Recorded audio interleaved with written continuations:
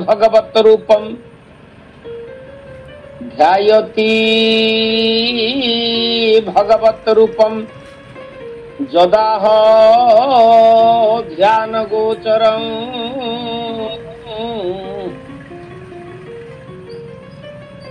तुतः प्रसन्न वदनम समस्त व्यस्त चिंतया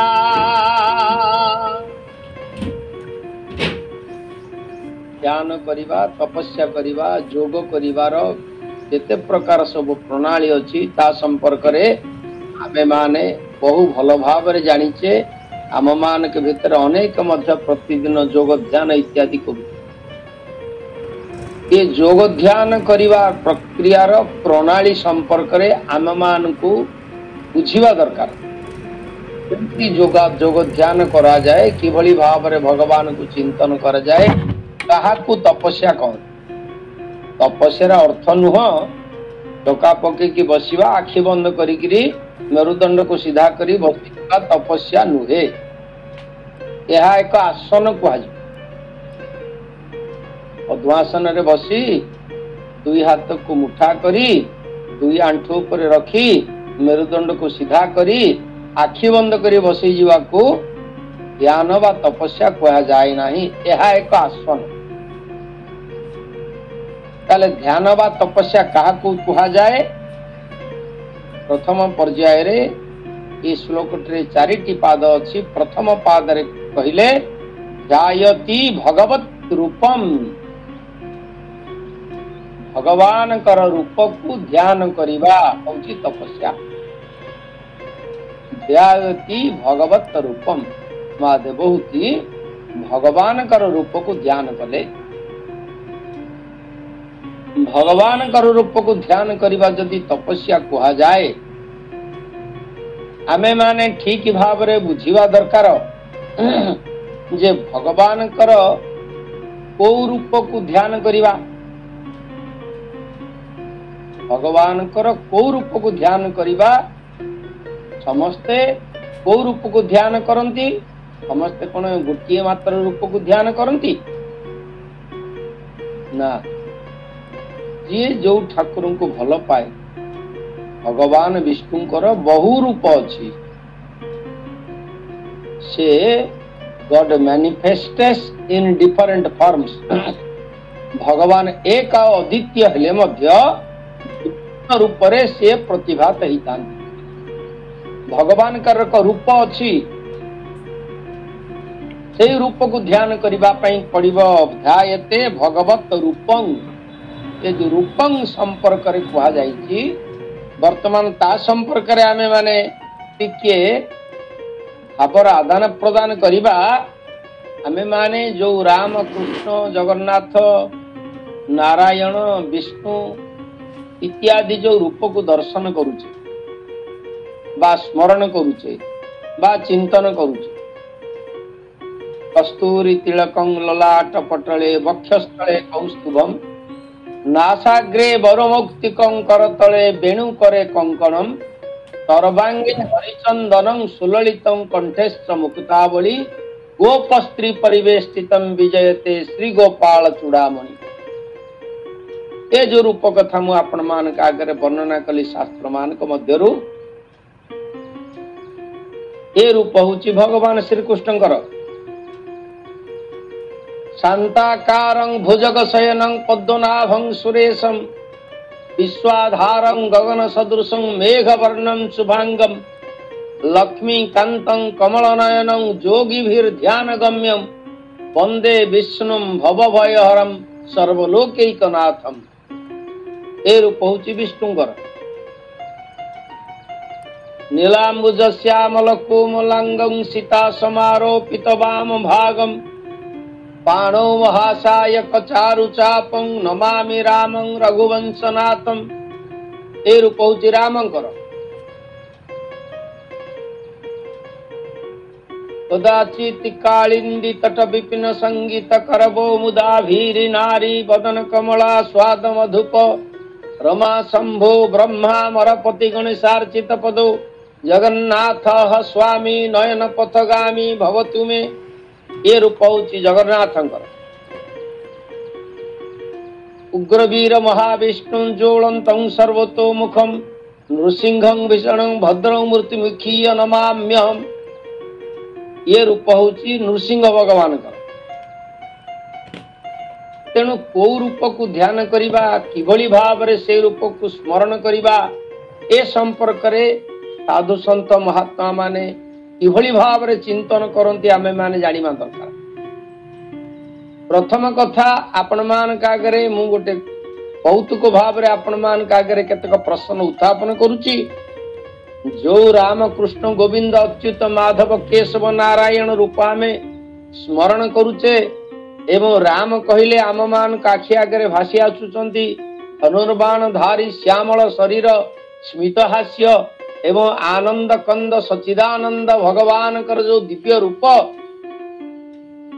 से रूप आमे देखिचे ताहा कौन सत्य? ए रूप कौन सत्य भगवान राम कर? आमे तो कही हेले राम को भगवान कर समय थिले मध्य वर्तमान राम कर रूपर स्मरण आमर आसुनी।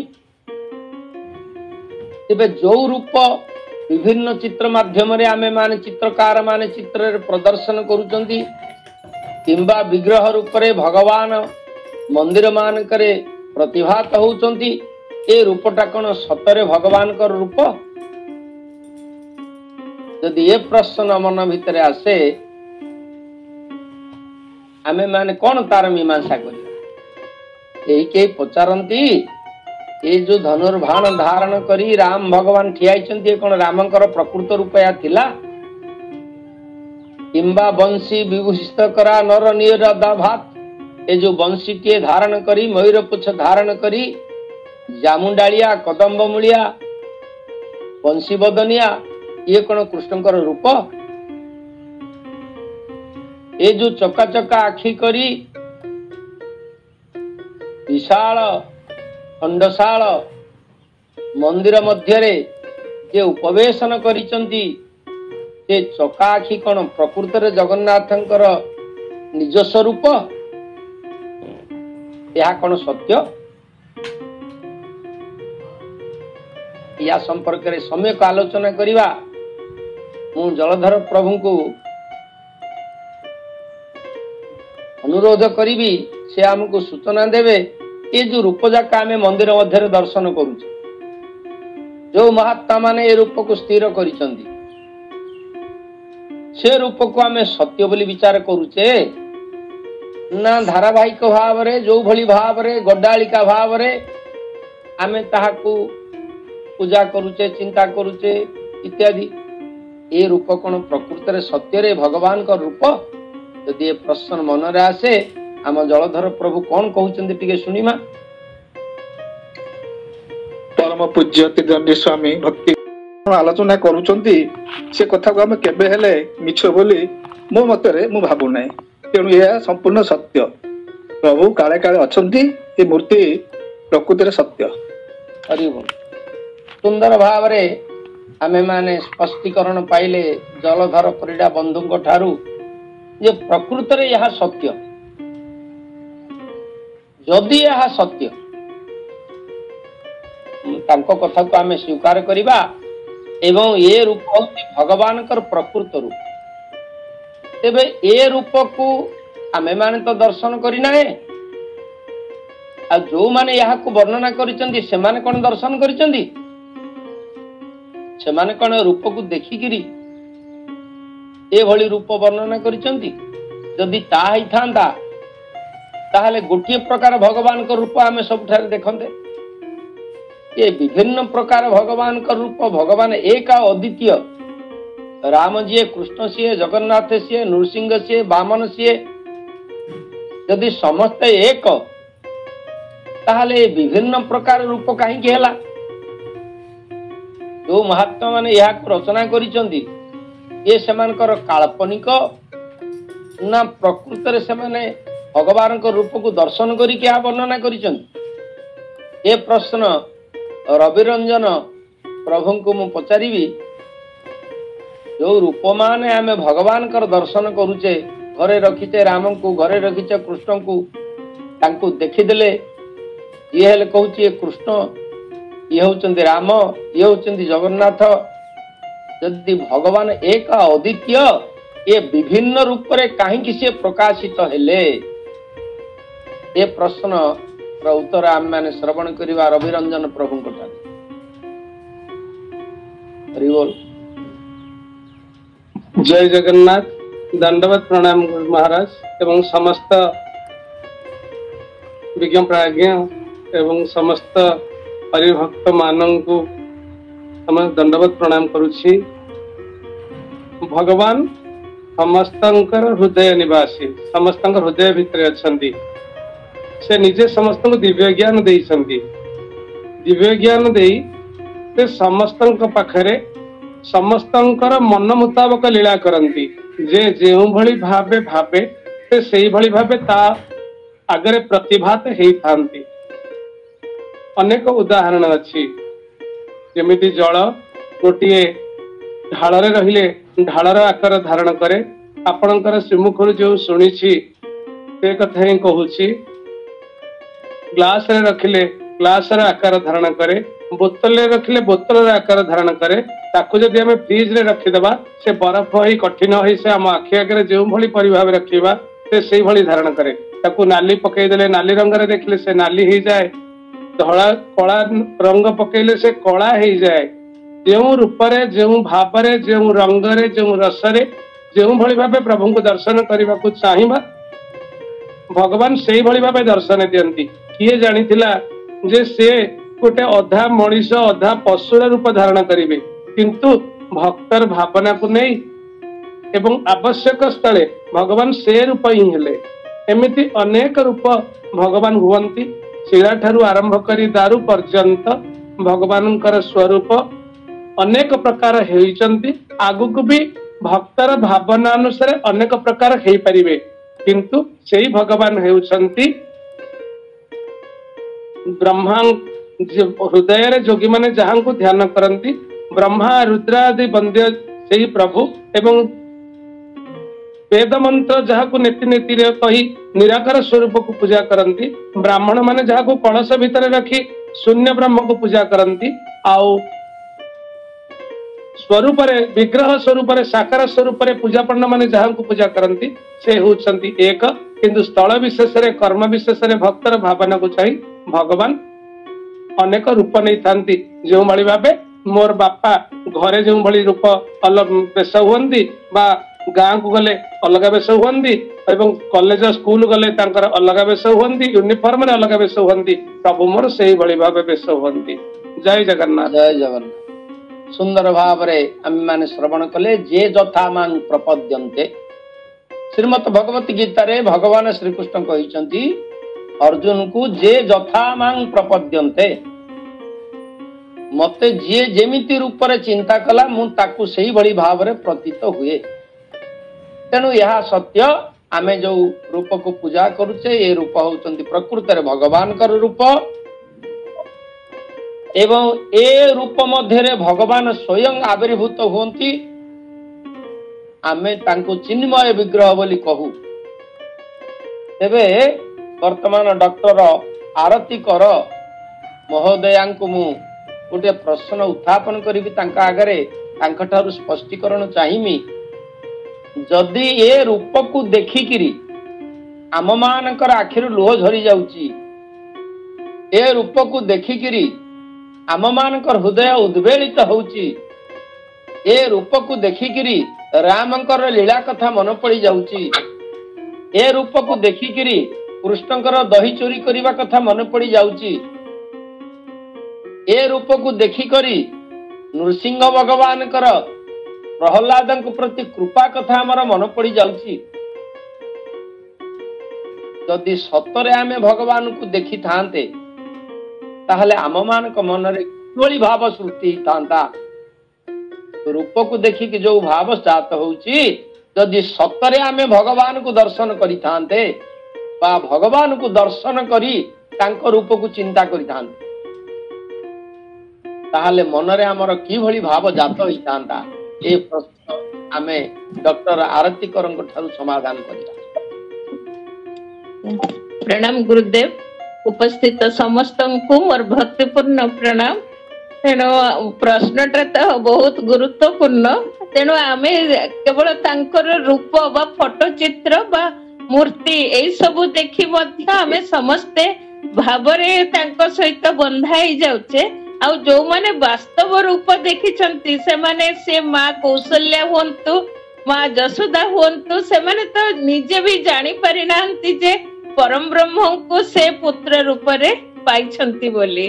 तेणु से साधारण शिशु भली तांको सहित व्यवहार करिछंती। तेणु से सौभाग्य तो आम जीवन ने नाही।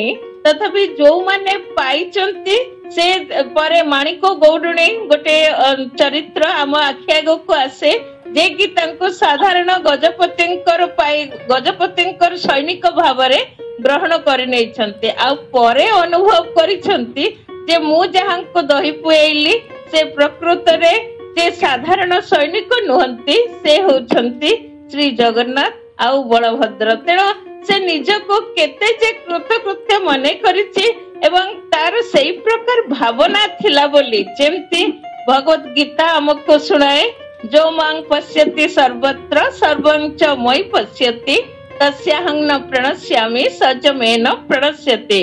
तेणु माणिक दही बिकुथिला सत किंतु मनरे थिला जे मोर तो सेतिक सामर्थ्य नाही मु तुम पाखको जाई पारुनी। तेणु प्रभु निजे आसी ताको किपरि देखा देई देले। तेणु से भाग्य हमर नाही। किंतु एई जो सब आख्यायिका मान अछि एई सब को अनुध्यान करी मध्य आमे तेणु बेले बेले आशा करिथाउ जे मते सही रूप देखाओ हरि जेउ रूपे बळी द्वारे हेलो भिकारी। तेणु से रूप रे भी आमे अशेष आनंद पाई थाओ। आउ से वास्तवता जे आम भाग्य रे आसीबो से प्रकार आशा आमे केबे करि परिबा नाही। जय जगन्नाथ। धन्यवाद अशेष अशेष कृतज्ञता ज्ञापन करवा डॉक्टर आरती करन को। वास्तव कथा जो माने भगवान का रूप देखिचंती से माने ताहांकु भगवान बोली विचार करि पारु नाहंती। जो माने भगवान को रूप देखी नाहंती से मध्य भगवान को स्मरण करके चिंता रे पड़ी जाइचंती। दिल का लड्डू जो खाया है वो भी पछताता है, जो नहीं खाया है वो भी पछताता है। तेबे वर्तमान ए सब प्रश्न उत्थापन करी आपण मानक ठरू दिव्य अनुभूति संग्रह करिवार गोटे मात्र कारण हैला आमे भगवान को ध्यान करिबा कथा कहूचे। माँ देवहूति भगवान ध्यान कले किंतु माँ देवहूति भगवान को दर्शन करिथिले। जेमिति कौशल्या माँ भगवान रामंकर दिव्य रूप को दर्शन कले।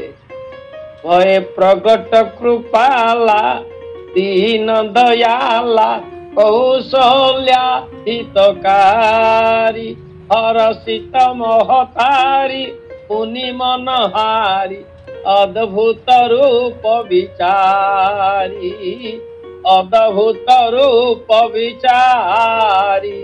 अद्भुत रूप रे भगवान माँ कौशल्या को दर्शन देले। कौशल्या से रूप को स्मरण करी राम भगवान को कूल धारण करिसंती।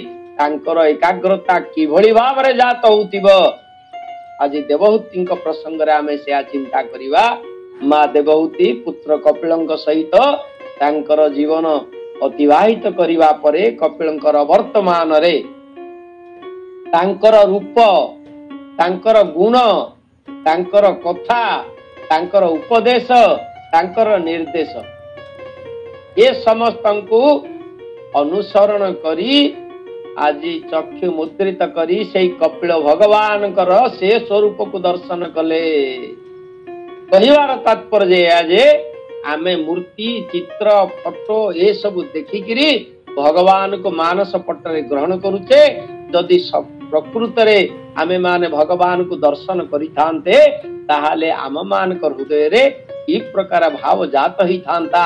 ए कथा आमे देवहूति मांकर प्रसंग रे अनुभव करि परिबा। माँ देवहूति जहां को कोलेर धारण करिथिले जहां को स्तन्यपान करैथिले ଯାହାଙ୍କ ଠାରୁ 10ଟି କଥା ଶୁଣୁଥିଲେ, ଯାହାକୁ ଆଙ୍ଗୁଠି ଧରି ଚଲଉଥିଲେ, ଯାହାକୁ ଦେଖିକିରି ଆନନ୍ଦ ପାଉଥିଲେ, ଆଜି ସେଇ ଆନନ୍ଦ କନ୍ଦ ସଚିଦାନନ୍ଦ ପଦ୍ମ ପଳାଶ ଲୋଚନ ଆଜି ତାଙ୍କର ନୟନ ଗୋଚର ହଉଛନ୍ତି। ଆଶ୍ରମ ଭିତରେ ସେ ଚକ୍ଷୁ ମୁଦ୍ରିତ କଲେ, କପିଳ ଭଗବାନଙ୍କର ସାକ୍ଷାତ ରୂପ ଦର୍ଶନ କରୁଛନ୍ତି। ଏ ହଉଛି ଯୋଗ ସାଧନା। ଯୋଉ ଯୋଗ ସାଧନା ଦ୍ୱାରା ଭଗବାନଙ୍କ ସାକ୍ଷାତ ରୂପ ଦର୍ଶନ କରିପାରିବା ନାହିଁ, ତାହା ଯୋଗ ସାଧନା ନୁହଁ। ଯୋଗ ମାଧ୍ୟମରେ ଭଗବାନଙ୍କର ସାକ୍ଷାତ ରୂପ, ସତରେ ରାମ ଭଗବାନ ଆସୁଛନ୍ତି ମୋ ପାଖକୁ, ମୁଁ ଫୁଲଟି ଅର୍ପଣ କରୁଛି, ପ୍ରଭୁ ତାହାକୁ ଗ୍ରହଣ କରୁଛନ୍ତି। ମୁଁ ନୈବେଦ୍ୟ ଅର୍ପଣ କରୁଛି, ପ୍ରଭୁ ତାହାକୁ ଭୋଜନ କରୁଛନ୍ତି। ମୁଁ ଭଗବାନଙ୍କୁ ଚନ୍ଦନ ଟିକେ ଦଉଛି, ଭଗବାନ ମୁଣ୍ଡ ଦେଖେଇ ଦଉଛନ୍ତି, ଲଗା ଲଗା ଚନ୍ଦନ ଟିକେ। ମୁଁ ଫୁଲମାଳାଟିଏ ଭଗବାନଙ୍କ ବେକରେ ଦଉଛି, ସତରେ ଯେମିତି ମୋ ଭଗବାନ ମୁଣ୍ଡ ନୁଆଇଁ ଦଉଛନ୍ତି। ଗୋଟେ ଉଦାହରଣ ଆପଣ ମାନଙ୍କ ଆଗରେ ଦେଖିବି, ଚୈତନ୍ୟ ମହାପ୍ରଭୁ ବାସ୍ତବ ଉଦାହରଣ ଆପଣ ମାନଙ୍କ ଆଗରେ ରଖିବି। ଚୈତନ୍ୟ ମହାପ୍ରଭୁ ଯେତେବେଳେ ଶ୍ରୀକ୍ଷେତ୍ର ଧାମରେ 18 ବର୍ଷ କାଳ ଥିଲେ, ତା ମଧ୍ୟରୁ 6 ବର୍ଷ କାଳ ସେ ବାହାରେ ଭ୍ରମଣ କରିଥିଲେ, ବୃନ୍ଦାବନ ଯାଇଥିଲେ, ଦାକ୍ଷିଣାତ୍ୟ ଗମନ କରିଥିଲେ। ଏବଂ ଦାକ୍ଷିଣାତ୍ୟ ଗମନ କରିବା ଭିତରେ ବିଠଲ ମନ୍ଦିରଟିଏ ଅଛି ଭଗବାନଙ୍କର, ବିଠଲନାଥ ବୋଲି, କୃଷ୍ଣଙ୍କର ରୂପ ଧାରଣ କରି ବିଠଲନାଥ ବୋଲି ଭଗବାନ ବିରାଜମାନ କରିଛନ୍ତି କୃଷ୍ଣା ନଦୀ କୂଳରେ। ସେ କୃଷ୍ଣା ନଦୀ କୂଳରେ ଭଗବାନଙ୍କର ସେ ବିଗ୍ରହ, ପାଷାଣ ବିଗ୍ରହ ନଈ ପଡିକିରି ଅଛନ୍ତି, ଅର୍ଦ୍ଧନମିତ ହେଇକିରି। ଚୈତନ୍ୟ ମହାପ୍ରଭୁ ସେଠି ପହଞ୍ଚିଲା ପରେ ଏଭଳି ଅଦ୍ଭୁତ ରୂପ ମୂର୍ତ୍ତିଟା, ଭଗବାନଙ୍କର ପ୍ରତିମୂର୍ତ୍ତି ନଈ ପଡିଛନ୍ତି। ଇଏ କଣ ହେଇଛି ବୋଲି ପଚାରିଲେ ପୂଜକ ମାନଙ୍କୁ। କାହିଁକି ପ୍ରଭୁଙ୍କର ଏ ନଈ ଯାଇଥିବା ମୂର୍ତ୍ତି ପୂଜା କରାହଉଛି? ଏଠି ସିଧା ମୂର୍ତ୍ତି କାହିଁକି ପୂଜା କରାହଉନି? ନଈ ଯାଇଥିବା ମୂର୍ତ୍ତି ଗୋଟେ ମୁଣ୍ଡଟାକୁ ପ୍ରଭୁ ନଈ ଦେଇଛନ୍ତି। ଏ କଥା ପଚାରିବାରେ ସେଠାର ସେବକ ମାନେ ଗୋଟେ ଅଦ୍ଭୁତ କଥା କହିଲେ। ଚୈତନ୍ୟ ମହାପ୍ରଭୁଙ୍କୁ ଯାହା ଆମେ ମାନେ ଶ୍ରବଣ କରିଛେ, ଚୈତନ୍ୟ ମହାପ୍ରଭୁ ଶ୍ରବଣ କରିଥିଲେ, ମୁଁ ଆପଣ ମାନଙ୍କୁ ସେଇ ଦିବ୍ୟ କଥା କହୁଛି। ଗୋଟିଏ କୃଷ୍ଣା ନଦୀ କୂଳରେ ଗୋଟିଏ ସହର, ଯୋଉ ସହରରେ ଗୋଟିଏ ବେଶ୍ୟା ବାସ କରେ, ତାର ନାମ ହଉଛି ବାରମୁଖୀ। ସେ ତାର ବେଶ୍ୟାବୃତ୍ତିରେ ତାର ଜୀବନ ଯାପନ କରୁଥାଏ। ଗାଁର ସହରର ବାହାରେ ଘରଟିଏ ନିର୍ମାଣ କରି ତାର ଚତୁଃପାର୍ଶ୍ୱରେ ସୁନ୍ଦର ଭାବରେ ପୁଷ୍ପ ଉଦ୍ୟାନ, ପୁଷ୍କରିଣୀ ଏବଂ ଶ୍ରୀକୃଷ୍ଣଙ୍କର ମନ୍ଦିର ଏଭଳି ଭାବରେ ସବୁ ସଜେଇକିରି ତାର ପରିବେଶକୁ ସଜାଡ଼ିଥାଏ। ଗୋଟିଏ ବର୍ଷା କାଳ ଆସି ପହଞ୍ଚିଲା।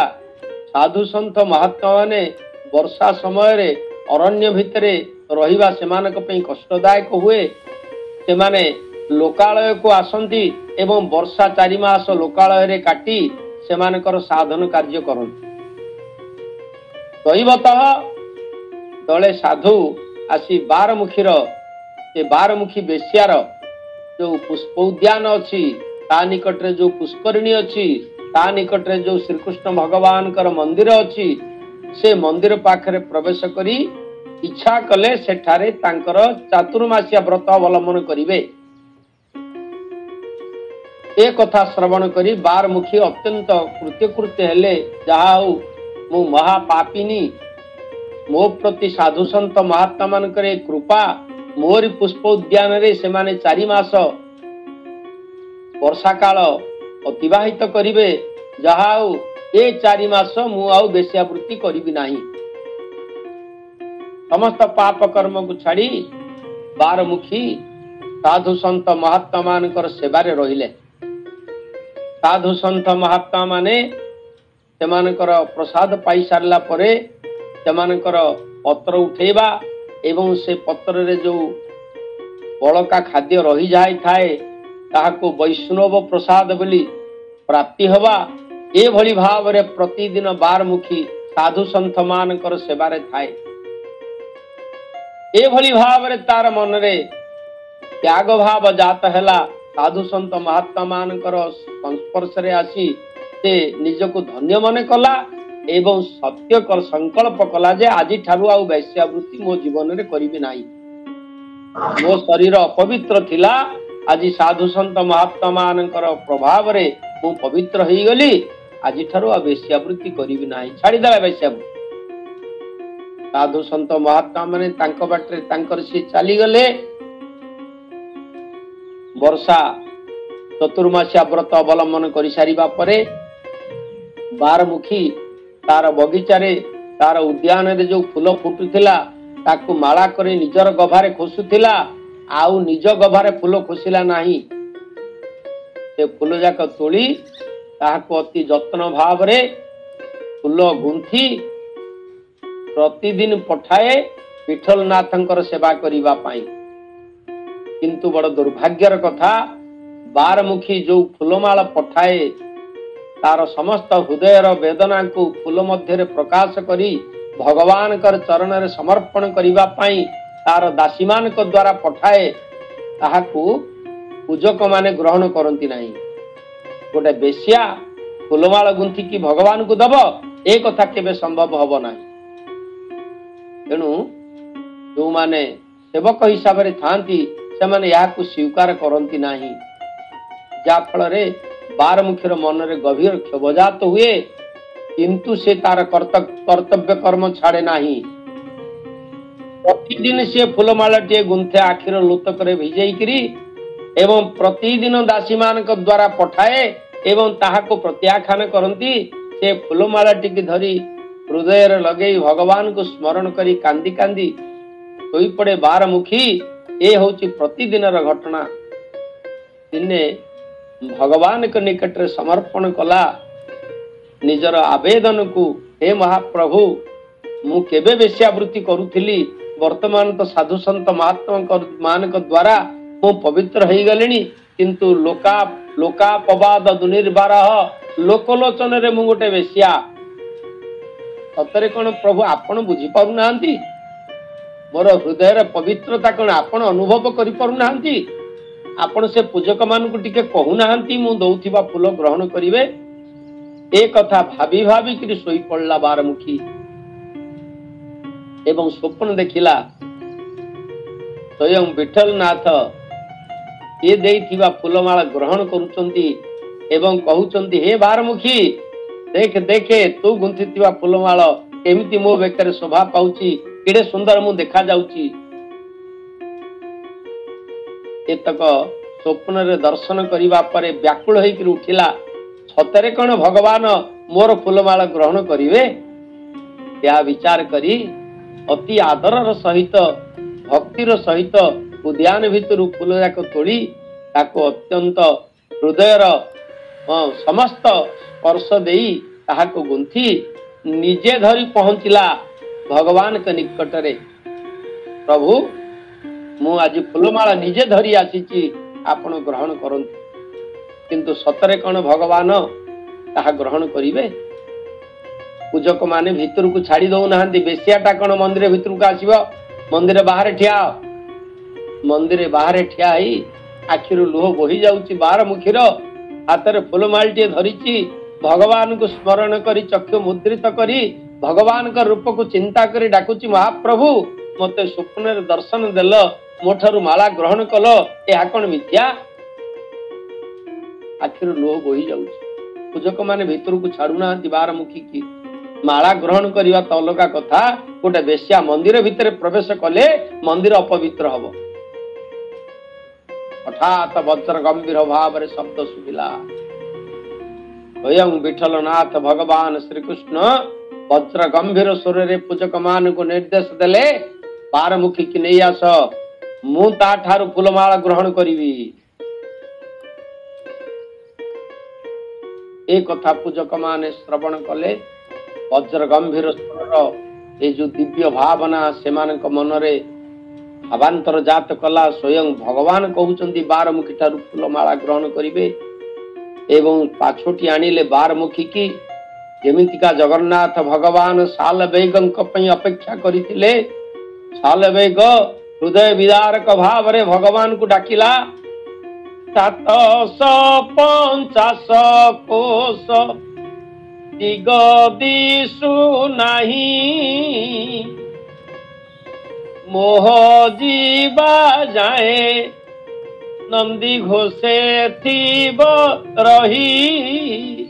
ଲୋତକ ଆପ୍ଲୁତ ନୟନରେ କାନ୍ଦି କାନ୍ଦି ଶାଲବେଗ ଡାକିଲା, ମହାପ୍ରଭୁ ମୁଁ ଆପଣଙ୍କୁ ଦର୍ଶନ କରିପାରୁନାହିଁ, ମୋ ଜୀବନର ଏକମାତ୍ର ସୁଯୋଗ ଆପଣଙ୍କୁ ନନ୍ଦୀ ଘୋଷରେ ଦର୍ଶନ କରିବି।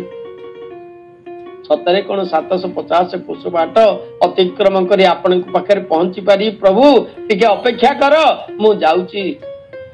ସ୍ୱୟଂ ଜଗନ୍ନାଥ ଭଗବାନଙ୍କର କୃପା ହେଲା, ଅଟକି ଗଲା। ବଡ ଦାଣ୍ଡରେ ରଥ ଯେତେ ପ୍ରକାର ଟାଣିଲେ ମଧ୍ୟ ଯାଉନି। ଆଉ ଶାଲବେଗ ଆସିଲା ପରେ ଭଗବାନଙ୍କୁ ଶାଲବେଗ ଦର୍ଶନ କଲା ଏବଂ ଭଗବାନ ଜଗନ୍ନାଥ ଶାଲବେଗଙ୍କୁ ଦର୍ଶନ କଲେ। ଅତି ଆନନ୍ଦରେ ଉତ୍ଫୁଲ୍ଲ ଭାବରେ ଜଗନ୍ନାଥଙ୍କର ରଥ ଚାଲିବାକୁ ଲାଗେ। এইଭଳି ଭାବରେ ଆଜି ପାଛୋଟି ନେଇଗଲେ ପୂଜକ ମାନେ ବାରମୁଖୀ କି, ସ୍ୱୟଂ ଭଗବାନ ତୋରି ହାତରୁ ଫୁଲମାଳା ଗ୍ରହଣ କରିବେ, ତୁ ଆ। କାନ୍ଦି କାନ୍ଦି ଲୋତକ ଆପ୍ଲୁତ ନୟନରେ ବାରମୁଖୀ ଚାଲିଲା ଭଗବାନ ବିଠଲନାଥଙ୍କ ନିକଟକୁ। ସିଂହାସନ ଉପରେ ବିଠଲନାଥ ବିରାଜମାନ କରିଛନ୍ତି। ହାତ ପାଉନି ବାରମୁଖୀର, ଫୁଲମାଳ ଟିକେ ଟେକିକି ଧରିକି ଠିଆ ହେଇଛି। ପ୍ରଭୁ ମୋ ଠାରୁ ଫୁଲମାଳ ଗ୍ରହଣ କରିବା ପାଇଁ କହିଲ, ମୋ ହାତ ଆଉ ପାଉନି ପ୍ରଭୁ, ମୁଁ କେମିତି ଆପଣଙ୍କୁ ଫୁଲମାଳ ପିନ୍ଧେଇବି? ସମସ୍ତ ପୂଜକ ମାନେ ଦେଖୁଛନ୍ତି ଭଗବାନ ବିଠଲନାଥଙ୍କର ମୂର୍ତ୍ତି ନଇଁ ପଡିଲା ଏବଂ ବାରମୁଖୀ ନିଜେ ଗୁନ୍ଥିଥିବା ଫୁଲମାଳଟି ବିଠଲନାଥଙ୍କୁ ଗଳାରେ ଲମ୍ବେଇ ଦେଲା, ପାଦ ତଳେ ପଡିଗଲା, ଭଗବାନଙ୍କର ଶରଣରେ ନିଜକୁ ସମର୍ପିତ କରିଦେଲା। ଏ ଯୋଉ ପ୍ରକାର ଭାବ, ଏ ଭାବ ଆମମାନଙ୍କ ପାଖରେ ଆସିଲେ ଆମେ ଧ୍ୟାନସ୍ଥ ହେଇପାରିବା, ଭଗବାନଙ୍କୁ ଚିନ୍ତା କରିପାରିବା ଏବଂ ଭଗବାନଙ୍କୁ ଭୋଜନ ଦେଲେ ଭଗବାନ ଭୋଜନ କରିବେ। ଭଗବାନଙ୍କୁ କହିଲେ ଭଗବାନ ଶୁଣିବେ, ଭଗବାନଙ୍କୁ ପଚାରିଲେ ଭଗବାନ ଉତ୍ତର ଦେବେ। ଏହା ସତ୍ୟ, ସତ୍ୟ ଥିବାର ସାଧୁ ସନ୍ଥ ମହାତ୍ମା ମାନେ ଏ କଥାକୁ ବହୁ ଭାବରେ କହୁଛନ୍ତି ଏବଂ ଯୋଉମାନେ ଭକ୍ତି ଭାବରେ ପରିପୂର୍ଣ୍ଣ ସେମାନେ ଏହାକୁ ଗ୍ରହଣ କରୁଛନ୍ତି। ଆଉ ଯୋଉମାନଙ୍କ ପାଖରେ ଭକ୍ତି ଭାବ ନାହିଁ ସେମାନେ ଏହାକୁ କପଳ କଳ୍ପିତ କଥା କହୁଛନ୍ତି। ଆଜିକାଲିକା ଯୋଉ ଶିକ୍ଷିତ ଯୁବକ ମାନେ ସେମାନେ ପୁରାଣ ଶାସ୍ତ୍ର ପାଠ କରୁନାହାନ୍ତି, ସେମାନେ ୟାକୁ ମନଗଢା କଥା ବୋଲି ବିଚାର କରୁଛନ୍ତି। ଏଗୁଡାକରେ କୌଣସି ପ୍ରକାର ଶିକ୍ଷଣୀୟ ଜିନିଷ ନାହିଁ, ଏହାକୁ ସେମାନେ ଗ୍ରହଣ କରୁନାହାନ୍ତି। ଇଏ ହଉଛି ଦୁର୍ଭାଗ୍ୟର କଥା। ଏ ପୁରାଣ ଶାସ୍ତ୍ର ମାନଙ୍କରେ ଯୋଉ ଦିବ୍ୟ କଥା ବର୍ଣ୍ଣନା କରାଯାଇଛି, ଏହା ଯେ ସତ୍ୟ ଏ କଥାକୁ କେହି ହେଲେ ଅସ୍ୱୀକାର କରିପାରିବେ ନାହିଁ। ତେଣୁ ମା ଦେବହୂତି ସେଇ ଭଗବାନଙ୍କୁ ସ୍ମରଣ କରି ଭଗବାନଙ୍କର ନାମ, ରୂପ, ଗୁଣ ଆଉ ଲୀଳା, ଏ ଚାରି କଥା, ନାମ, ରୂପ, ଗୁଣ ଆଉ ଲୀଳା, ଏ ଭକ୍ତି ଭାବର ଯୋଉ ଚତୁର୍ଧା ଭାବ, ଚତୁର୍ବର୍ଗ, ଏହାକୁ ସ୍ମରଣ କରି କପିଳ ଭଗବାନଙ୍କର ଉପଦେଶକୁ ପାଥେୟ କରି ପଦ୍ମାସନରେ ବସି ଭଗବାନଙ୍କ ପାଖରେ ମତି ନିବେଶ କଲେ। ଇଏ ହଉଛି 23 ନମ୍ବର ଶ୍ଲୋକର କଥା। ଆସନ୍ତୁ ଆମେ ଲକ୍ଷ୍ମୀପ୍ରିୟା ମାଙ୍କ କଣ୍ଠରୁ 23 ନମ୍ବର ଶ୍ଲୋକର ଓଡ଼ିଆ ଅନୁବାଦ ଶ୍ରବଣ କରିବା। କଥା କହୁ କହୁ ସମୟ ଅତିକ୍ରାନ୍ତ ହେଇଗଲା, ଆଉ ଆମେ ଶ୍ଲୋକଟିର ଓଡ଼ିଆ ଅନୁବାଦ ଶ୍ରବଣ କୃଷ୍ଣ ଗୁରୁଦେବଙ୍କୁ ଅନନ୍ତ କୋଟି ଦଣ୍ଡବତ ପ୍ରଣାମ ସହିତ ସମସ୍ତ ଗୌର ଭକ୍ତ ମାନଙ୍କୁ ପ୍ରଣାମ। ମନକୁ କ୍ରମେ ସ୍ଥିର କଲେ ନିଶ୍ଚଳେ ସୁଦୃଢେ ବସିଲେ, ଯେ ଧ୍ୟାନ ପୁତ୍ର କହିଥିଲେ ସେ ରୂପ ଚିତେ ଧ୍ୟାନ କଲେ। ବିଶୁଦ୍ଧ ହୋଇ ଅଛି ମନ ତେଣୁ ନିଶ୍ଚଳ ରୂପେ ଧ୍ୟାନ। विशुद्ध होई अछि मन तेणु निश्चल रूपे ध्यान। बोल भागवत भगवान की जय। आसंतु वर्तमान अंतिम पर्याय आमे माने आरती दर्शन करिबा।